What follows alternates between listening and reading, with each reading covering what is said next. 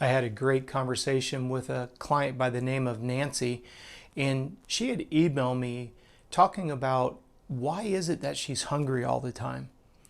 And as obvious as that may seem like it falls under the category of nutrition, I wanted to add a couple more dynamics to how is your nutrition doing? Is your nutrition really dialed in? I always look for 5 specific things. I don't know if these will resonate with you or not, but this has been my experience. To Nancy's point, when she's hungry all the time, that tells me that your calorie gap is too big, and or you're not satisfying hunger utilizing protein and fat. Those are the only macronutrients that'll satisfy hunger.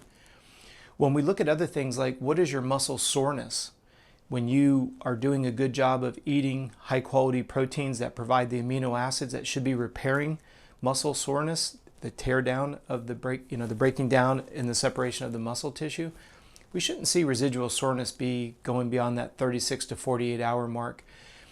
What about your ability to sleep through the night? That's another one. Again, you're not satisfying hunger. When you look at the idea that you might be irritable, and if you're finding that your what we would consider easy workouts are starting to become more and more difficult, to me, those are 5 very specific things that you've got to step back and go, my nutrition is just off center just a little bit. If you follow me for any period of time, you know I'm a big fan of the Garmin. The Garmin does a great job of keeping track of what your calorie burn rate is, what they refer to as resting. I refer to it as basal metabolic needs. How many calories do you need to sustain life? Garmin gives you a nice fancy report that shows that. And then we stack on top of that what your calorie burn rate is specific to the activity you're doing, something that most people have a tendency to overlook. I always encourage my clients to pay attention to it because let's say that you're running 5 miles and you do it at a heart rate of 145 to 155.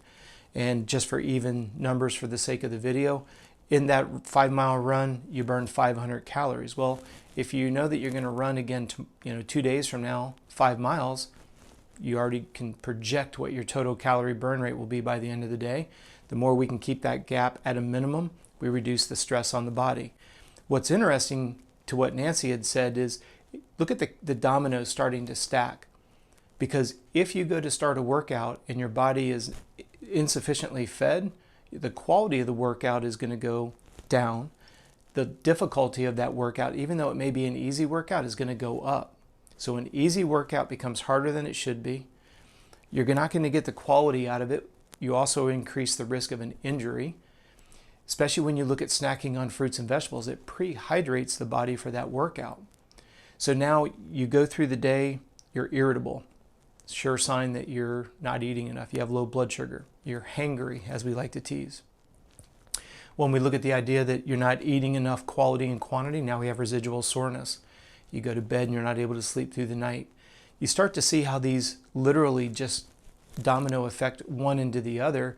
And then we wake up tomorrow morning, we didn't sleep as well as we wanted to and needed to. So now the irritability level is even higher.